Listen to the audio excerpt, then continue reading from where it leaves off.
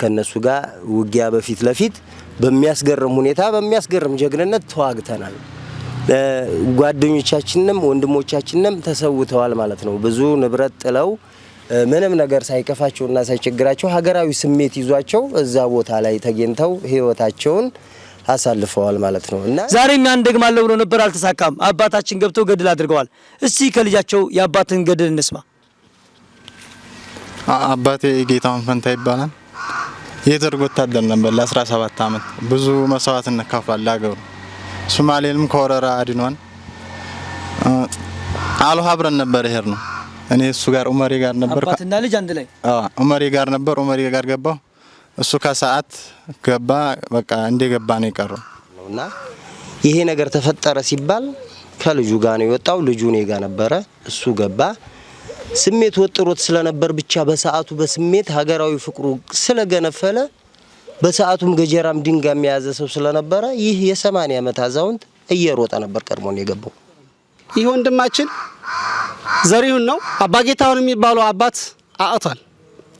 ያ እዛ ቦታ ያሰለፈን ግን እምነት ብቻ አልነበረም፣ ህሊና ነው። ስለዚህ ወገን ላይ ለሚለው ያማራ ህዝብም ይህን መልእክት ማስተላለፍ ፈልጋለሁ። ገፈታው የመጀመሪያው ቀማሽ ሀራ ነች። ከቆቦ በኋላ ቦርደር ላይ ነው ያለነው። በዚህ ጋር አፋር ክልልን በዚህ ጋር ደግሞ ትግራይን ይዘን እንኖራለን ማለት ነው። ያው እንግዲህ እንደምታውቁት ውድ ተመልካቾቻችን ልጅ ይሮጣል እንጂ አባቱን አይቀድምም። ስለዚህ አባቶቻችን ከታሪክ አንግል ብዙ ነገር አስቀምጠውልናል። አሁን ደግሞ በቀባጠገ የሚገኙት ወጣቶቹ ናቸው። ወጣቶቹ ደግሞ እዛው ጦርነቱ አሌዋ ላይ ጦርነቱ ላይ የነበሩ አብረው ሲታገሉ ወንድሞቻቸው ከመካከላቸው አጥተው እነሱ ተርፈው ውስጣቸው እየቆሰለ ያሉ ወንድሞች አሉ። የጋንታ ማሪ የነበሩ የተለያዩ መሳሪያዎችን መንጠቃቸውን ብዙ ማቁሰላቸውና መግደላቸውንም በታሪክ እንዲወጣ እንፈልጋለን። እዚህ አካባቢ ያለው ታሪክ ሊደበቅ አይገባውም። ስለዚህ ከመጀመሪያ የምጀምረው ከጋንታ መሪው ነው። ጋንታ መሪ የነበረው ወንድማችን እስቲ የነበረው ገድል ምን ነበር? አሌዋ ላይ መከላከያ አልደረሰላችሁም። እናንተ ብቻችሁን ናችሁ። ብቻችሁን እየተፋለማችሁ ነው። መንግስት አስታጥቋችሁ አይደለም፣ በራሳችሁ ጥይት እየገዛችሁ ነው ስትዋጉ የነበረው። ስለዚህ ያንን ጊዜ እንዴት አሳለፋችሁት? ለ8 ቀን ያክል ስንቅ እንዴት ነበር የምትበሉት የምትጠጡት? ጁንታው ተዘጋጅቶ ኢትዮጵያን ለማፍረስ ነው የመጣው። ኢትዮጵያን ለማፍረስ የመጣን ኃይል በእናንተ ብቻ እንዴት አቆማችሁት? ይሄንን ታሪክ እንፈልጋለን። እሺ፣ ያው የነበረው ነገር በሰዓቱ በቃ ዱብዳ ያልታሰበ ያልተጠበቀ ነገር ነበር የነበረው ማለት ነው። ዝግጅትም አልነበረም፣ ወጣቱም አልተደራጀም። ያው ቦርደር ላይ ጠረፍ ላይ እንደመሆናችን መጠን የሰለጠነ ወጣትና የታጠቀ የተዘጋጀ አልነበረም። በድንገት ነበር ይሄ ድርጊት የተፈጠረው። እንደገና ደግሞ በሰዓቱ ላይ ግርግርና ወከባ አይነት ነገር ስለነበር ከቆቦ የሚመጡ ተፈናቃዮች ከሮቢት ከጎብዬ እነሱ የሚመጡትን ተፈናቃዮች በመቀበል ነው በሰዓቱ ነቅተን በሰዓቱ እንደገና እንደመደራጀት ብለን የተወሰነ ባለን አቅም ያን ገድል ልንፈጽም የቻልነው ማለት ነው። ለምን አፋር ክልል አካባቢ ላይ ነበር ከፍተኛ ይገባልም ተብሎ የነበረውም ከፍተኛ ገድልም ያደረገው በዛ ታች ስለነበር በዚህ ጋር ይመጣል ብሎ የጠበቀ ሰው አልነበረም ማለት ነው። እና ያው ዞሮ ዞሮ የነበረው ሁኔታ ማለት ነው ሀራ አካባቢ ላይ መሳሪያ እንግዲህ በየግላችን ገዝተን ነው ትልቁ ነገር ማለት ነው። ከዛ በፊትም ህገወጥ መሳሪያ እየተባለ ብዙ ሰው ይነጠቅ ነበር ማለት ነው። እና አካባቢ ላይ የተደራጀ ወጣት ምንም ነገር አልነበረም ማለት ነው። በድንገት ያ ነገር ሲፈጠር መጀመሪያ ኬላ ነገር መስርተን ወጣቶች ተዋቅረን ከዛ ጀምረን ወደ አካባቢያችን ሲገቡ አለው አካባቢ ላይ ከነሱ ጋር ውጊያ በፊት ለፊት በሚያስገርም ሁኔታ በሚያስገርም ጀግንነት ተዋግተናል። ጓደኞቻችንንም ወንድሞቻችንንም ተሰውተዋል ማለት ነው። ብዙ ንብረት ጥለው ምንም ነገር ሳይከፋቸውና ሳይቸግራቸው ሀገራዊ ስሜት ይዟቸው እዛ ቦታ ላይ ተገኝተው ህይወታቸውን አሳልፈዋል ማለት ነው። እና የነበረው ሁኔታ ዞሮ ዞሮ በቃ ሀራ ላይ የነበረው ወጣቱ ባለው መሳሪያ አንድ መሳሪያ ለ5 ለ6 ይዘን ነበር የገባ ነው ማለት ነው። በዛ ሁኔታ ላይ እያለን ያው ስሜታዊ ሆኖ በጥልቁ መሳሪያ የነጠቀ ሰው አለ። ሰይድ ኢማም ሞቷል፣ ተሰውቷል። እና ይሄን ሁሉ ታሪክ የሰራ ነበር። ዲሽቃ ማርከናቸዋል። በሰዓቱ አንድም እርምጃ ወደፊት አልተመለሱም። ወደ ወርቄ እንዲመለሱ አድርገናቸዋል። ከወርቄ በኩል እንደውም ጥይት ጨርሰው በግመል አቀበልናቸው። ከዛ በኩልም ተመተው እያለ የነበረው ሁኔታ ቦታ ለቀን እንድናፈገፍክ ተጠይቀን ስለነበር በሰዓቱ ወተናል። ሌላው ነገር ደግሞ የሚያስመሽም ጥይትና መሳሪያ አልነበረንም። መደራጀትም አልነበረም። ምንም አይነት የተከተልነው ስልት የለም በሰዓቱ። ብቻ ሀገራዊ ስሜት ይዞት ወጣቱ ያለ መሳሪያም በድንጋይ ትልቅ ገድል ፈጽሟል ማለት ነው እና በዛን ሰዓት የተሰዉ ወንድሞቻችን በቁጥር እስከ 15 ይሆናሉ።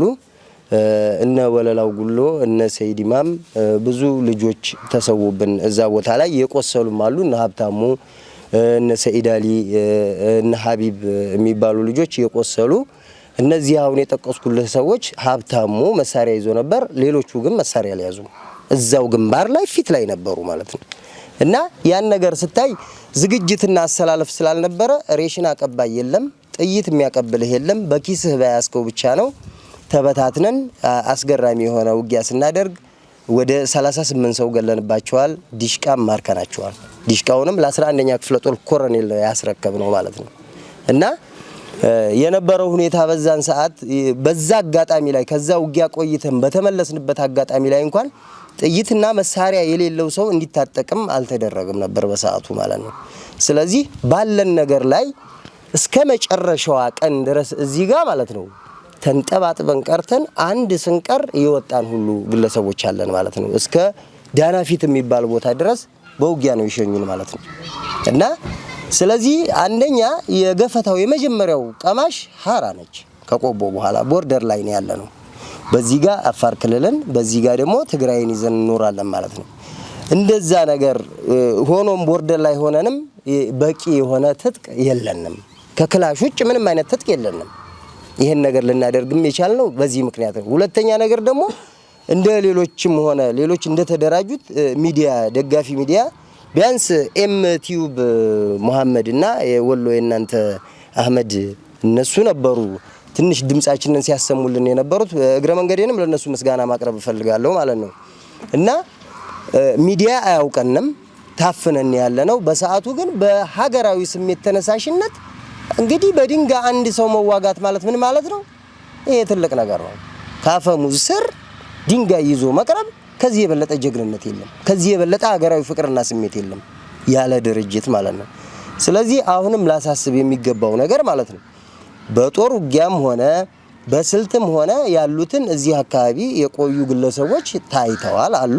በስርዓት እንኳን መሳሪያ አያያዝ የማይችሉ ግለሰቦች ይበዛሉ፣ ለዝርፊያ የመጡ ማለት ነው በቃ። ስለዚህ እንደዛ ስለሆነ በቀጣይ ሊታሰብበት የሚገባው አሁንም ወጣቱ ተደራጅቶ ቀጥሎ ቦርደር ላይ እንደመሆናችን መጠን ታጥቆና ተደራጅቶ ከዚህ የበለጠ ገድልና ታሪክ መፈጸም እንችላለን ብዬ ነው የማስበው። አመሰግናለሁ። ውድ የወሎ ቲዩብ ተከታታዮች ከወጣቶቹ እንደመሰሙት ገድል ላይ ነበሩ፣ ቦታው ላይ ነበሩ። ቦታው ላይ ያለ ሰው ያው የነበረው ሁኔታ ያብራራልናል። ስለዚህ ብዙ ገድል ተሰርቷል። በራሳቸው መሳሪያ በራሳቸው ጥይት ሳይታጠቁ ለዛውም ደግሞ የወሎን አካባቢ በተለያዩ የእምነት አይነት አመለካከት መሳሪያ ተነጥቆ ባዶ እጁ በነበረበት በድንጋይ ተዋግቶ በጥልቆ ወገሎ መሳሪያ የሚነጥቅ ጀግኖች የነበሩባት ናት ሀራ ከተማ። ብዙ ጀግኖች ያሳለፈች ናት። ከ15 ወጣቶች በላይ በጀግንነት መስዋዕት የከፈለች ከተማ ናት። እስቲ በዚህ ዙሪያ ላይ ወንድማችን መንገሻም የሚጨምርልን ነገር አለ። ወላሂ ወንድሞችም አባቶችም በተወሰነ መልኩ አብራርተውታል። ነገር ግን ምናልባት ይሄን ነገር እዚህ ቀጠና ላይ ቁጭ ብለን ስንናገር ታሪክን ለመቀራመት አይደለም፣ እውነተኛ ታሪክ ነው እየተናገርን ያለ ነውና ማን ይናገር የነበረ ማን ያርዳ የቀበረ ነውና በጣም የሚያሳዝነው ምናልባት ይህ መልእክት የምናስተላልፈው እኛ አጠቃላይ ለኢትዮጵያ ሕዝብ ወገን ላይ ለሚነው ለአማራ ሕዝብም ጭምር ነው። ምክንያቱም የኛ ታሪክ ብዙ ጊዜ አይዘገብም። ተወደደም ተጠላም እኛ ባለሽርጦች ነን። ፖለቲካውን ወደ ጎን እንበለውና እንደ ሃይማኖትም እንደ ህሊናም ምናልባት በርስቱ በሚስቱ የመጣበትን ሁሉ ይፋለማል። ይሄ የተፈጥሮ ግዴታም የሃይማኖታዊ ግዴታም ነው። ይሄን ነገር ምናልባት እዚህ አዛምጄ የምናገረው ከጎኔ አባቱን ያጣ ወንድም አለን። እዚህ ጋር በግራ በኩል ከወንድሜ ቀጥሎ ያለው አባቱን አጥቷል። ምናልባት እዛ ቦታ ላይ ግን ትግራይ ሚዲያ ሃውስ የሰራውን ማየት ይቻላል። በብልጽግና ስር የተደራጀ 2 ሻለቃ የዋህብያ ሻለቃዎችን ደምሰናል ነው። ያ ግን አልነበረም። ይህ ወንድማችን ዘሪሁን ነው። አባጌታውን የሚባለው አባት አጥቷል። ያ እዛ ቦታ ያሰለፈን ግን እምነት ብቻ አልነበረም፣ ህሊና ነው። ስለዚህ ወገን ላይ ለሚለው የአማራ ህዝብም ይህን መልእክት ማስተላለፍ እፈልጋለሁ። እኛ እንደ አማራ ምናልባት እንደ ክልሉ አካል ሆነን ከታየነ ክልሉ በየትኛውም አካባቢ ገድሎችን እንደሚዘገበው ሁሉ እኛ ጋር መጥቶ ይሄን ሊሰራ ይገባል። ስለዚህ አጠቃላይ የሚዲያ ሽፋን በጣም የተገለለ በሰው ሀብት ልማት ጭምርም የተገለለ ማህበረሰብ ነው። ነገር ግን ለህሊናውም ለእምነቱም ሲሉ የሚኖር ህዝብ ነውና ይሄን ገድል ፈጽሟል። ምናልባት እዛ ቦታ ላይ ሁላችንም ተሳትፈናል። በሰዓቱ ምንም አይነት ወታደራዊ ልምድ የለውም፣ አርሶ አደር ነው። ካጣናቸው ወንድሞች እና ወለላውን ቆስለው ከወጡ ወንድሞችም ጭምር ስናይ አባዱላም ገልባጭም ጥለው የገቡ ወንድሞች ናቸው። ለህሊናቸው ነው የወደቁትና እነዛ ልጆች አጥተናል። ነገር ግን ከሐምሌ 22 እስከ 28 ለ7 ቀን ያክል ሙሉ በሙሉ አላዋህን እንዳይሻገር አድርገዋል። ይህ አርሶ አደር በጣም የሚያሳዝነው ይህ አርሶ አደር ሲዋጋ በያዘው ትጥቅ ብቻ አልነበረም፣ በመረጃም ጭምር ነበር ይዋጋ የነበረው። መረጃዎችን ያፈነፍናል፣ መረጃዎችን ለመከላከያም ጭምር ይመግብ ነበር። ያን ምናልባት ወደ ኋላ ተመልሰን ከሌ ነው ብለን መውቀስ ስለማይገባን እንጂ ከላይ እስከታች የነበረው ክፍተት ነው እኛ ላይ ሌላ ተጽዕኖ እንዲፈጠር ያደረገው እንጂ ከምንም በላይ ዋጋ የከፈለ ማህበረሰብ ነው። አደረጃጀታቸውን ስናይ እጅግ በጣም የሚያሳዝን ነው። ምናልባት ህግ ለማስከበር መከላከያ በገባበት ሰዓት ይህ ማህበረሰብ ምንም እንደ ማንኛውም ኢትዮጵያዊ አስተዋጽኦ አለው። ከዛ የተለየ ግን ሄዶ ዘርፎ ንብረት ዘርፎ ያመጣ ማህበረሰብ አልነበረም። የሀብት ወይንም የቂም ማወራረጃ ሊሆንም አይገባም ነበረ።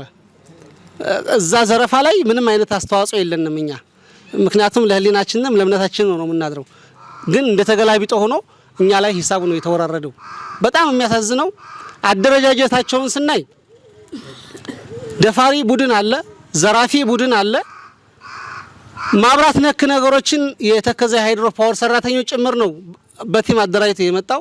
መካኒካል ደግሞ ከመስፉን ኢንጂነሪንግ ነው ይዞ የመጣው። በተዋደደ በተቀናጀ ጭምር ነው ዘረፋውን ያካሂዱት። ስለዚህ ምናልባት በጣም የሚያሳዝነን ግን ዋጅራት የሚል ቀደም አባቶች ተናገሩት የዋጅራት ወረራ አለ። ያ የዋጅራት ወረራ ሐሙስ ቀን ነው የተደረገው። ግጥጥሞሽ ደግሞ 2013 ሐሙስ ቀን ነው ደግሞ ድጋሜ የወረሩን ማለት ነው። የቀኖች ግጥጥሞሹ በጣም ይገርማሉ። እና ይህ አካል እጅግ በጣም ኢስላሚክ ፎቢያ ያለበት ከልጅነት እስከ እውቀቱ በጥላቻ የኖረ ማህበረሰብ ነው መጥቶ የወረረን። ነገር ግን ክልሉ ውስጥ ሙስሊሞች አሉ። እኛ ማንኛውም አካል ጋር ችግር የለብንም። ማንም ይምራ፣ ማንም ፍትሃዊ መሪ ነው የምንፈልገው እንጂ እኛ የተለያየ የትኛውም እምነት ይምራ ያኛው እምነት ይምራኛ የሚመለከተ ነገር የለም። ምናልባት ይህ ማህበረሰብ ሁሉም የፖለቲካ ተዋናይ ነው ማለት አይቻልም። በግሉ የሚኖር ነግዶ አርሶ የሚኖር ማህበረሰብ ነው። ነገር ግን በጣም የተለየ የጥላቻ ጥማት ያለበት ኃይል ነውና በተለየ ሁኔታ እኛ ላይ ከፍተኛ ጥላቻ ነው የሰራው። መስጊዶቻችንን አርክሷል። አካባቢያችን ላይ ያሉ ቤተክርስቲያኖችንም ጭምር አርክሷል። እምነታችንን ዝቅ አድርጎ በአመለካከት ደረጃ ማይቷልና ከምንም በላይ ይህ ኃይል መጥፋት አለበት። በጣም የሚያሳዝነው ነገር ዋጅራት በእኛ ብቻ አልነበረም ወረራ ያደረገው፣ በአፋር ወንድሞችም ነው ወረራ ያደረገው። አሁንም የልጅ ልጆቻቸው አሁንም በሁለቱ አካል ላይ ነው ወረራ ያደረጉት። ዋጅራትን እነሱ ያከብሩታል። ሚዲያም ስለምንከታተል ቀዳማዊ ወያኔ በሚባል ነው የዋጅራትን ወረራ የሚያከብሩት የአያቶቻቸውን ማለት ነው። አሁን ድጋሜ የወረረን ካላኢ ወያኔ ብለው ነው፣ ሁለተኛው የወያኔ ብለው ነው። ምናልባት ሚዲያ ተከታተሉ ይሆናል። ውርስ ሊወርስ የተዘጋጀ ደግሞ ሳልሳይ ወያኔ የሚባል ፓርቲም ጭምር አዘጋጅቶ ነበር። ስለዚህ ታሪካዊ ዳራቸውን አልሳቱምና ከምንም በላይ እኒህ ሰዎች ለየትኛውም ኢትዮጵያዊ የሚበጁ እንትኖች አይደሉም። ምናልባት እንደ ማህበረሰብን አናገልም፣ ግን በዚህ አስተምሮት የታጠቡ ሰዎች እጅግ በጣም ጥላቻ የተጠናወታቸው ናቸው። እኒህ ሰዎች ወዳጅ የላቸውም። እኒህ ሰዎች ከአፋር ጋር ጽል ናቸው። እኒህ ሰዎች ከአማራ ማህበረሰብ ጋር ጽል ናቸው። እኒህ ሰዎች ከሙስሊሙ ጋር ጥላቻ አላቸው። እኒህ ሰዎች ከኢትዮጵያ ክርስቲያኖችም ጋር ጥል አላቸው። ከየትኛው ማህበረሰብ ለየትኛው ማህበረሰብ የማይበጁ ፍጥሮች ናቸውና የነበረው ገድል ይህ ነው። ይህ ገድል ግን ተቀብሮ መቅረት የለበትም። አንድ ተራ ትንሽ ገድል ስትኖር ሌላ አካባቢ ላይ ተመዛ ተጋና በዋሽንግተን በኪነትም ገና ነው የምትወጣው። ግን እንደዚህ ማህበረሰብ አካል ከሆነ ታሪክ እየተቆፈረ ታሪኩ ሊነገር ይገባል። ይህ ማህበረሰብ ምናልባት በዚህ ሙያ ላይ የተሰማራችሁ ሰዎች ምናልባት በመጽሐፍ ደረጃም የተሰማራችሁ ሰዎች እዚህ አካባቢ የተደበቀ ታሪክ አለና ማእታችሁ ታሪክን ቆፍራችሁ አውጥታችሁ ለኢትዮጵያ ሕዝብ ታደርሱልን ነው የምለው። አመሰግናለሁ። ታቀማለሁ። ነገር ግን ለመንግስት እናስተላልፈው ለዶክተር አብይም ለአማራ ክልልም የወሎን ሕዝብ አስታጥቁት። በመሳሪያ ተጫውቶ እንዲያድግ አድርጉት። የመሳሪያ ድምጽ ይስማ። አትንጠቁት። መሳሪያውን ገዝቶ የሚታጠቅ ካቻላችሁ አስታጥቁት። ወታደራዊ ስልጠና ሰልጥኑት። ከዚህ በኋላ ስጋት አይሆንባችሁ። ሀራ ማለት ድንበር ላይ ናት። ነገ ከነጎዳም ሲመጣ የሚያጠቃት እቺ ነው ሀራን ነው። እቺ ሀራ ጋር ነው የሚመጣው። ስለዚህ የሀራ ህዝብ ሙሉ በሙሉ መሳሪያ ከታጠቀ ኢትዮጵያን ታደገ ማለት ነው። ኢትዮጵያ ሊታደግ የሚችለው ስታስታጥቁት ስታሰለጥኑት ነው። ወንድማችን ላይ ጣልቃ የገባው ስሜቱ ሰብሰብ ያደረገው ነው። ወደ ወንድማችን ነው የምቀጥለው። ያ የ80 ዓመት አዛውንት ነበረ። እነሱ ጋር ጥላቻ አለበት። የደርግ ወታደር ነበር ለ17 ዓመት እና ከስራው እንዲለቅ ያደረጉት እነሱ ስልጣን ኢትዮጵያ የጤና ኢንስቲትዩት ነበር የሚሰራው መጀመሪያ ሀገራችን በእነሱ እንትን ስትል ወደ መከላከያ ሰራዊት ገብቶ 17 ዓመት አገልግሏል። አብሽር ከቤት ስንወጣ እናቴ ከልክላይ ነበር፣ አከዲም ብላ ነበረ። እሱ እንደሄድ ይፈልጋል።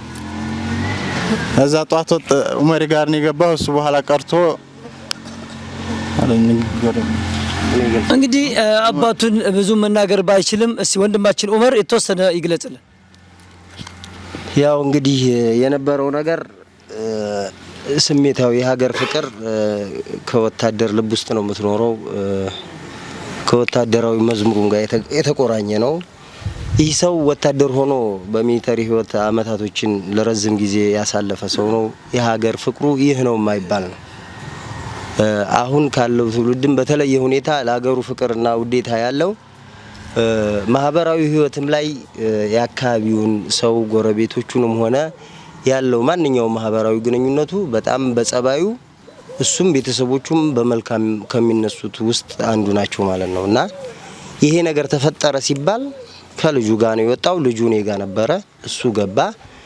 ስሜት ወጥሮት ስለነበር ብቻ በሰዓቱ በስሜት ሀገራዊ ፍቅሩ ስለገነፈለ በሰዓቱም ገጀራም ድንጋይ የያዘ ሰው ስለነበረ ይህ የ80 ዓመት አዛውንት እየሮጠ ነበር ቀድሞ ነው የገባው ከኛ ፊት ሆኖ ማለት ነው። ስለዚህ እንደነገርኳችሁ የነበረው በሰዓቱ የነበረው ውጊያ አንደኛ ስልትን የተከተለ አይደለም፣ ሁለተኛ በማቴሪያል የታገዘም አይደለም።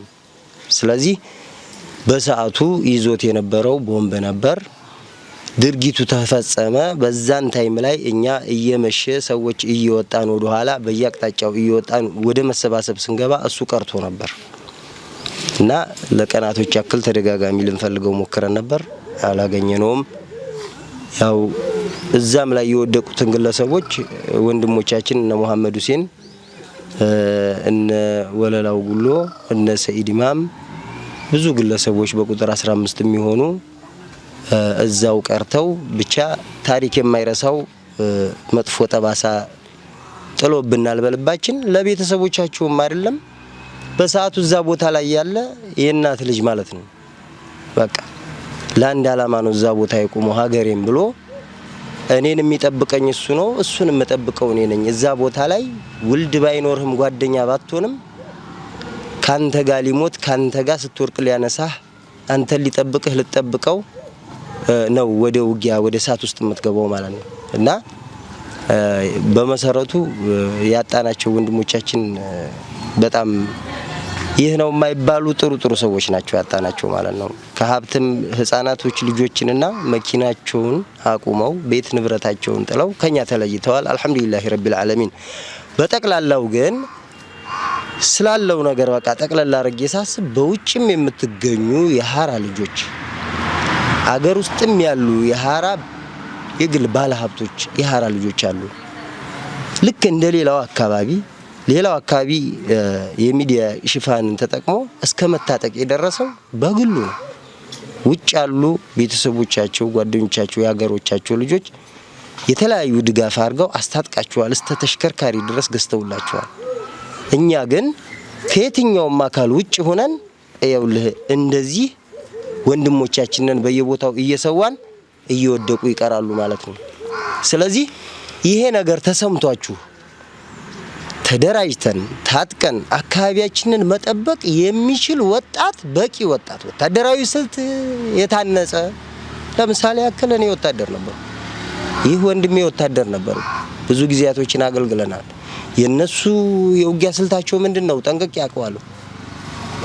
ብዙ ወጣቶች እዚህ ጋር ቢያንስ አንድ መዋቅር አይደለም አንድ ክፍለ ጦር መፍጠር የሚችሉ በእያንዳንዱ የአመራር እርከን ደረጃ ላይ ወይም በማዕረግ ከላይ እስከታች ያሉ አሉ። ፋኖ ውስጥ ገብተናል፣ ስንታገል ቆይተናል። አገራችንንም ለቀን አሉ እነ መሐመድ ኑር አሁንም በማሰልጠንም በመምራትም ላይ የሚገኙ ወንድሞቻችን አሉ። በሻምበል በሻለቃ ማዕረግ ኮሎኔል ማዕረግ ድረስ ያሉ ማለት ነው። እና እኛ ስልጠና ራሳችንን ማደራጀት ማሰልጠን እንችላለን የማቴሪያል ድጋፍ ካደረጋችሁልን ማለት ነው። እና ግዴታ በዚህ ሁኔታ ሰላሙ በታወከበት ወቅት ላይ ሙሉ በሙሉ ወደ መንግስትም ጥፋትና ጫና ማድረግ ሳይጠበቅብን ራሳችንን ከዚህ በኋላ ከእንዲህ አይነቱ አደጋ ለመታደግ ለመደራጀት የሰው ኃይልም አላጠረንም አለ፣ እውቀቱም አለ። በያላችሁበት ከዚህ በኋላ አውቃችሁ ልታደራጁን ሃይማኖታችንንም አገራችንንም ጠብቀን ከወራሪ መታደግ እንችላለን። ድሮ መተው ዋጅራት የተባሉት ወረራ አደረጉ የተባለው ዘመንና አሁን ይለያል። አሁን በደንብ መጠበቅ እንችላለን። በቃ ባዶ እጁን ወጥቶ ህይወቱን መክፈል የሚችል ወጣት እንዳለ ልታውቁ ይገባል። ስለዚህ የቀረውን ወጣት ደግሞ አገሩንም ጠብቆ ራሱን ማስከብሮ እንዲሄድ ተደራጅተን እንድንቀጥል የማቴሪያል ድጋፍ ታደርጉልን ዘንድ እጠይቃለሁ ማለት ነው። በቃ ይህ ወጣት ማለት ነው መንግስት ፈቅዶ ፈቃደኛ ሆኖ ከተነሳ አንድ ግንባር ፈጥሮ መቀሌ አይደለም ኤርትራ ድንበር ድረስ ሂዶ መግባት የሚችል በቂ ኃይል አለው፣ ወኔውም አለው። በቃ ግን ይህ ስራ ሊሰራ የሚገባው በተቀናጀ ሁኔታ ነው፣ በተደራጀ ሁኔታ ነው። መንግስት አውቆት ነው። ከመንግስት ትዕዛዝ እንጠብቃለን። ይህ ነገር ካለ በቂ ኃይል አለ። በማንኛውም ሁኔታ የተካነ ኃይል አለ እዚህ ከተማ ውስጥ። ስለዚህ ይሄን ወደ ተግባር ለመቀየር የእናንተንም ድጋፍ እንድታደርጉልን እጠይቃለሁ። አመሰግናለሁ። እኛ በቅራርቶ ማጀብ አንችልበትም፣ ባህላችንም አይደለም። እኛ ባለ ሽርጦች ነን። ልብ ከሱሪ ኪስ አይደለም፣ ጀግንነት ከሱሪ ኪስ አይደለም የሚመዘዘው። ጀግንነት ከልብ ነው የሚመነጨው። ስለዚህ ነገም ከነገ ወዳም የምንለው እኛ ባለ ሽርጦች ነን። ይህን ስንል ሀራ ብቻ አይደለም ባለ ሽርጥ። ምናልባት በዚህ ወረራ ላይ ምን ያክል ባለ ሽርጡ ዋጋ እንደከፈለና ይህ ሽርጥ ለኛ ብቻ አይደለም ለኢትዮጵያ መኩሪያ ነው። ከወረባቦ እስከ ራያ ቆላማው ማህበረሰብ ይህ ባለ ሽርጥ ትልቅ ገድል ፈጽሟል። ይህን ገድል መንግስትም በአግባቡ አይቶ ቦታ ሊሰጠው ይገባል። እንደማንኛውም እጀ ጠባብ የባህላዊ ልብስ ነው ይባላል። የኛ ሽርጥ ግን ለኛ ብቻ አይደለም። የአፋር ሽርጥ ለአፋር ብቻ አይደለም የሚቀረው። የኛ ሽርጥ ለኢትዮጵያ መኩሪያ ነው የሆነውና ይህ ኩራታችን ለዘላለም ይቀጥላል ብዬ ነው የማስበው። ስለ ሽርጣሙ ሲናገር ትንሽ ቀሰቀሰኝ። የጁንታውን ያርበደበደው ሽርጣሙ ነው። ብዙ ጊዜ ሽማግሌ ልኳል። ድሬሮቃ ላይ፣ ወረባቦ ላይ፣ ገፍራ ላይ፣ ፋጂ ላይ እባካችሁ እኛ ከእናንተ ጋር ጦርነት የለንም መንገድ አሳልፉን ብሎ ሽማግሌ ልኮባቸዋል። ወርቄም ላይ ተልኮባቸዋል። ምንድነው ግን መልሳቸው? እኛማ አሳልፈን አንልክም፣ ኢትዮጵያ ከምትፈርስ እናንተ ናችሁ መፍረስ ያለባችሁ ብለው እንደውም አንድ ጄኔራል ይመስሉኛል ብዙ ጊዜ ግንባሩን ተመቶ የምናገኘው ከሽርጡ የሚተኮሰው ጥይት ነው ይላሉ። ሽርጣሙ ከተኮሰ ግንባር ነው የሚመታው። 30 ጥይት ካለው 30ውም ሰው ላይ ያርፋል። እነሱ ታታታታታ ጥይታቸውን ይጨርሳሉ። እሱ ግን አልሞ ይተኩሳል። አልሞ ተኳሽ ነው። ትንሽ እርዳታ ብቻ የሚያስፈልገው ለኢትዮጵያ አለይታ ነው ሽርጣሙ ታጋይ። ይቀጥላል። ወሎን እየጠበቀ ያለው ሽርጣሙ ታጋይ ከራያ ዞብል ጀምሮ እስከ ሰንበቴ ድረስ የቆላማው ክፍል ሙሉ ሽርጣሙ አፋርን ይዞ ታሪክ እየሰራን ያለው። በመጨረሻ ወንድማችን እስቲ የሚለውን ነገር ካለ ወንድማችን ጋብዘው። በቅድሚያ ለታፈኑት ሰዎች ድምጽ ስለሆናችሁ ወሎ ቲዩብና ማሜቲዩም ከልብ አመሰግናለሁ። አንዳንድ ሚዲያዎች አሉ ያው ለህብረተሰብ ለውጥ እንተጋለን እያሉ ሽርጣሙ በሚከፍለው ግብር የሚተዳደሩ ባይሰሩልንም ማለት ነው። ከዛ በፊት ስለተገኛችሁ እናመሰግናለን። ብዙን ያው ወንድሞችም አባቶችም ተናግረውታል። ጦርነቱ ላይ እኛም ግንባር ነበርና ምንም መሳሪያ አልያዝንም።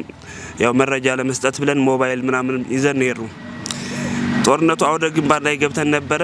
የኛ ወጣቶች የያዙት ክላሽንኮቭ መሳሪያ ብቻ ነው፣ ዱላ መርጠቢያ ነው። ከህወሓት በኩል ግን የመጡት ሽፋን መስጫ ስናይፐር አላቸው፣ ዲሽቃ አላቸው። ያን ተቋቁመው ነው እንግዲህ ወንድሞቻችን ለ8 ቀን ያህል ሀራን ሳያስደፍሩ የቆዩት ማለት ነው። ያን ሲያረጉ ግን ከመንግስት በኩል ምንም አይነት ድጋፍ አልነበረም። ጥይት እንኳን የሚያመላልስ መኪና የለም። የቆሰሉ ወንድሞቻችንን የሚያነሳ አምቡላንስ እንኳን የለም። በባጃጅ ነበር ሲነሱ የነበሩት። በተደጋጋሚ መልእክት አስተላልፈን ነበር፣ ምንም ምላሽ አልተሰጠንም። መሳሪያ ጥይት የሚያመጣም በግል ባጃጅ ነበር፣ አንዳንድ እየተገዛ በሽያጭ ነበር የሚገኘው። የማህበረሰቡ አስተዋጽኦ ነው እንግዲህ ለሳምንት ያቆያቸው። የመንግስት ያደረገው ነገር የለም። ማህበረሰቡ በዛን ሰዓት ላይ ከፍተኛ ተጋድሎ አድርጓል። ከዛ በኋላ በ28 እና በ29 ሀራን ሲቆጣጠሩ ያው መውጣት ስለነበረብን ወደ ኋላ ያፈገፈግን ወጣነ። ከዛ በኋላ ከገቡ በኋላ የህወሓት ኃይሎች በዚህ ባህር አካባቢ ምን ሰሩ የሚለውን ትንሽ ላስቀምጥና ቋጫለሁኝ። እንግዲህ እንደሚታወቀው ወራሪው ቡድን ከገባ በኋላ የሚፈጽማቸው ከፍተኛ ችግሮች አሉ። አንደኛ ንብረትን ይዘርፋል፣ ሴቶችን ይደፍራል። ከዛ በኋላ ማህበረሰቡ ይቸገራል። እንደገባ ቀጥታ መብራት ይቋረጣል፣ ውሃ የለም፣ ወፍጮ የለም። በመብራት የሚሰሩ አገልግሎቶች ሙሉ በሙሉ ተቋረጡ። ማህበረሰቡ ለከፍተኛ ችግር ተዳረገ። እንደዛ ከሆነ በኋላ ወፍጮ ሲያልቅ ለማስፈጨት ብዙ ኪሎ ሜትሮች ተኪዷል። ያ እንግዲህ አንድ ወፍጮ ለማስፈጨት ለምሳሌ ከሀራ ተነስቶ ወደ ወላወላ የሚባል ቦታ አለ፣ በናፍጣ የሚሰራ ወፍጮ ማለት ነው። እዛ ለመድረስ ብዙ በእግሮች መጓዝ ያስፈልጋል። እዛ ሂደው ደግሞ አድረው መንጣት ነበረባቸው። ከዛ ሲመለሱ ያንን ያስፈጩትን ወፍጮ ደግሞ ማንም እነዚህ ያስፈጩ ማህበረሰብ አይበላውም፣ ህወሓት ነው የሚበላው፣ አሸባሪ ቡድን ማለት ነው። እና በአጠቃላይ ይሄ ማህበረሰብ ከፍተኛ ችግር አጋጥሞታል። ለመዘርዘር ያው እስከዛሬ ሚዲያ የለም ነበር። እናንተ ስለመጣችሁ እናመሰግናለን። ብዙ ችግሮች አርፈዋል ማለት ነው። አመሰግናለሁ። ስለዚህ አለውሃ የሀራ ማህበረሰብ ማድረግ ያለበት ባለው መታገል ነበር። 15 ወንድሞቹን ሸሂድነት መስዋዕት አድርጓል። መስዋዕት ካደረገ በኋላ ሀራ ላይ ገብተዋል። ሀራን የፈለጓት የአፋር መንገድ ለመዝጋትና እንደዚሁም የአማራ ክልልን ወሎን ለመቆጣጠር ያደረጉበት ትልቅ ቦታ ነው። ይህን ከያዙ በኋላ በጃሮታ ሄደው የመኪና ማዕት አግዘዋል። ከፋጂ ላይ ብዙ መኪናዎች ተግዘዋል። እዚህ ቦታ ላይ አምቡላንስ እንኳን መላክ ያልተቻለበት ጊዜ እንደነበር አውቃለሁ። የሞቱ ወንድሞቻቸውና ቁስለኞችን ማውጣት አንችል ብለው ወልዲያ ድረስ ሂደው የጠየቁ ወንድሞችና እባካችሁ ውርዱን ያሉ ሰዎች ሁሉ እንደነበሩ አውቃለሁ። በዛን ሰዓት ግን ምላሹ መልካም አልነበረም። ግን ወልዲያም አልቀረም፣ ከዛ በኋላ ሁሉም አልቀረም። እኔም ደሴ ነኝ፣ ደሴም አልቀረም። ሁሉም በአጠቃላይ ሂዷል። እዚህ አካባቢ ያለ ማህበረሰብ ደሴና ኮምቦልቻ ላይ መጥቶ እርዳታ ስንሰጥ ኑረናል። አብዛኛው ማህበረሰብ እኛ ጋር ነበር የመጣው። በጣም ያሳዝን ነበር። ስቃው በጣም ከባድ ነው። ጁንታው ላይጠቀም መልኡነቱን መጥፎነቱን አሳይቶን ሂዷል። ከዚህ በኋላ ግን ዳግም እንዳይመለስ የወሎ ህዝብ ብሎም የአማራ እንደዚሁም የኢትዮጵያ ህዝብ እጅ ለእጅ ተያይዘን ለኔ ገጠር ነው የምኖረው፣ እዚህ ሀራ ዙሪያ ነው የምኖረው። 2 ልጆች ማስተምራቸው ልጆች ነበሩኝ። አሁን በትግሉ እስከ ልጆች መሰልጠን እፈልጋለሁ። ምክንያቱም ልጆች 11ኛ ተማሪ ነበሩ፣ አሁን ተቋረጡብኝ። ምን የለፋሁ የደከምኩ አስተምሪያቸው ነበር እና ስለዚህ አሁን ስልጠና ከመጣን እስከ ልጆች መሰልጠን እፈልጋለሁ። ውድ የወሎ ቲዩብ ተከታታዮች እንደው ማሜ ቲዩብ የምትመለከቱት ባንዲራ ነው። ለዚህ ባንዲራ ሲሉ የሀራ ወጣቶች መስዋዕትነት ከፍለዋል። የሀራ ህዝብ መስዋዕትነት ከፍለዋል። አገሩን ለቆ ተሰዶ ሲሰቃይ ከርሟል።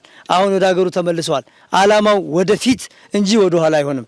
እዚህ አካባቢ ላይ ደመሰስን ምናልን ያልነውን በታሪክ ትግራይ ክልል ገብቶ ታሪክ ይሰራል። አማሮ ተራራ ላይ ወተናል። አማሮ ተራራ ላይ የነበረው ገድል በጣም ከባድ ነበር። ብዙ ጅንታ አልቋል። የቻለውን ያክል ጀናዛ ለመውሰድ ሞክሯል። ያልወሰዳቸው ግን ብዙ ጀናዛቸው አሉት። አለመሞታቸውን ለማሳየት የፈለገው ሂደት ነበር። ስለዚህ ሀራ ገድል ሰርቷል፣ ሽርጣሙ ገድል ሰርቷል። ሀራ የት ናችሁ ስትሉ የነበራችሁ አላችሁ አላችሁ? ሀራዎች አሉ። አሁንም ዳግም ታሪክ ይሰራሉ። ታሪክ ይሰራሉ።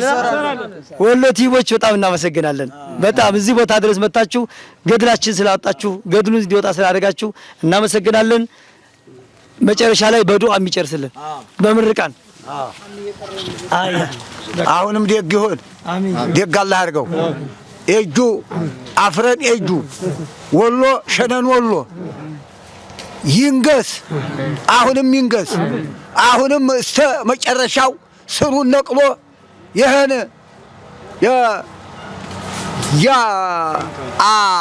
እንትና የገብረጥ ይሆን ብችላ እና የጌታቸው ረዳን የኤሌፍን ድርጅት እናፈርሰዋለን።